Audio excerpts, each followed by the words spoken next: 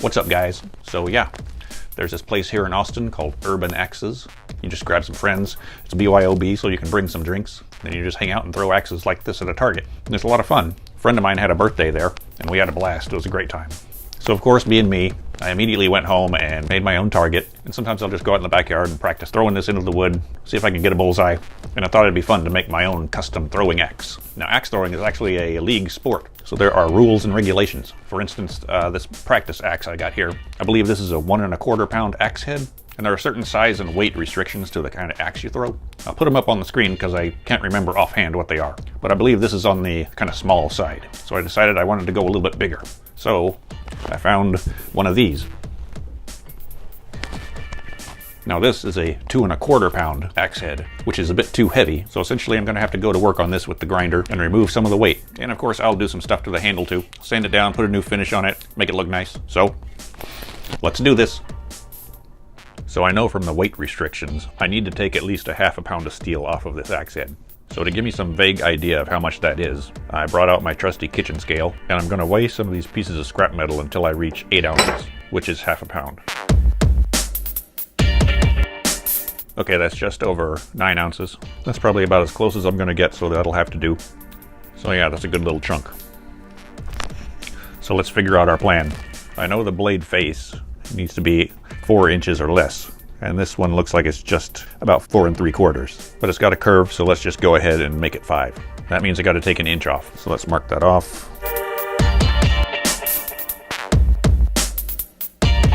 And I've always liked the design of the Viking bearded axes. So those have this kind of a shape here. And when you're throwing an axe, your best point of impact is this top corner here. So I'm going to try to make this angle a bit more acute to give it a little bit more penetrating power. And if I still need more, I'll cut a little bit out of this spike. I think that should cover my 8 ounces.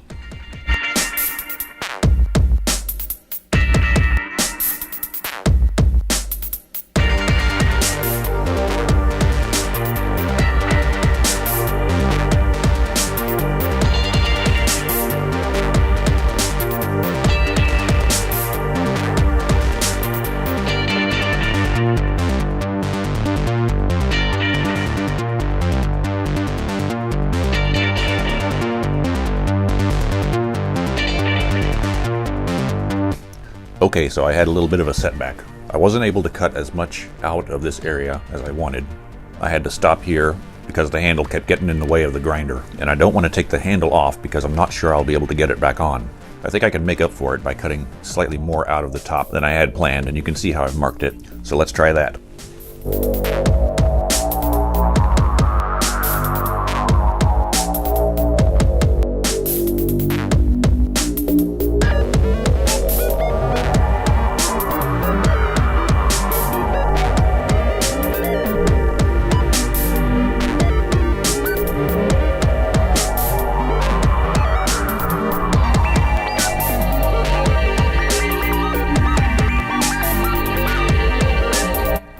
So here we are so far.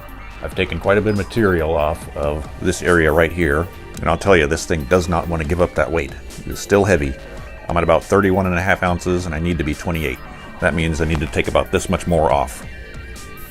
So I think what I'm going to do now is go ahead and cut off this corner, make it kind of a smooth swooping curve, and then I'm going to take and bevel these edges down to about like a 45-degree angle. That ought to take a little bit more off.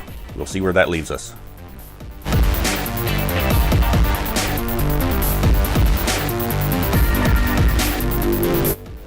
Well, I've done it. After beveling some of the edges, I found out I still had more to go. So I used the bench grinder and I took off a little bit extra here, and I managed to get a little bit more off of this area here. And that managed to put me over the top. My target was 28 ounces, and now the axe head weighs 27.9. And as you can see, I ended up having to remove way more material than I thought I would. So what I thought was going to be a Viking bearded axe has now turned into a tomahawk.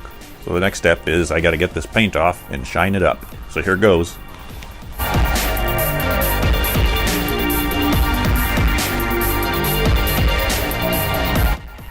Look at that.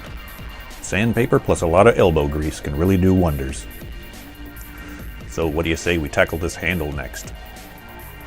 So the maximum length of an NATF throwing axe is 17 inches. This one looks a bit long, so let's check it out. Yeah, it looks like it's just over 20 inches. Now I'm just going to mark the point where I need to cut it off.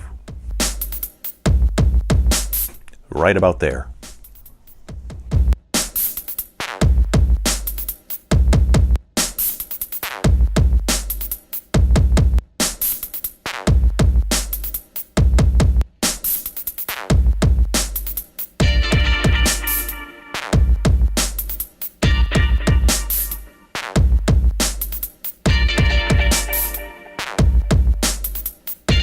So after sanding it down, I decided to hit it with the wood burner for a little decoration. Now, axe throwing is a competitive sport, and in any competition, it's always good to intimidate your opponent. And what's more intimidating than seeing the horrific staring eyes of my defeated challengers? Their souls forever trapped in this cauldron of torment that will exist until the stars turn to dust. But until then, my last step is to put a stain and finish on the handle. So let's get started.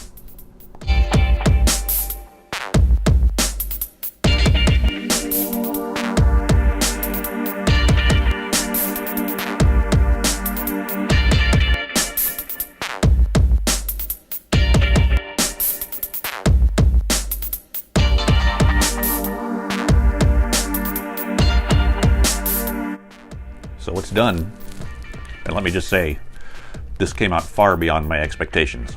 The finish came out really nice. I used 3 different colors of stain. I wasn't too happy with how these 2 colors met, this red and the dark brown, so I just painted a stripe of black around to delineate them. And then I just coated the entire handle in true oil, which is this right here.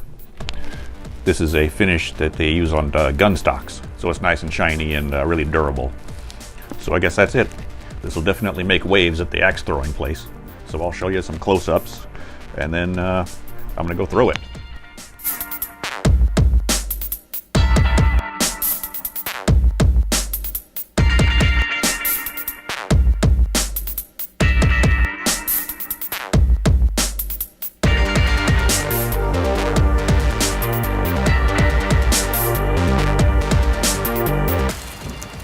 Let's see how many throws it takes me to dial in the distance.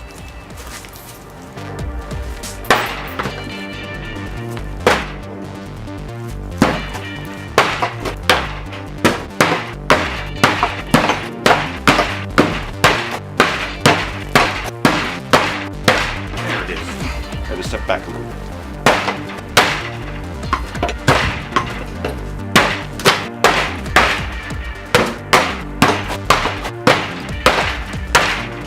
Perfect.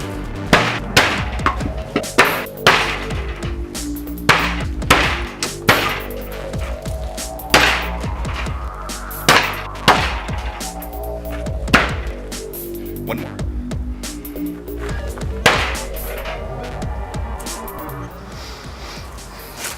There it is, guys. Let me know what you think in the comments. Like and subscribe.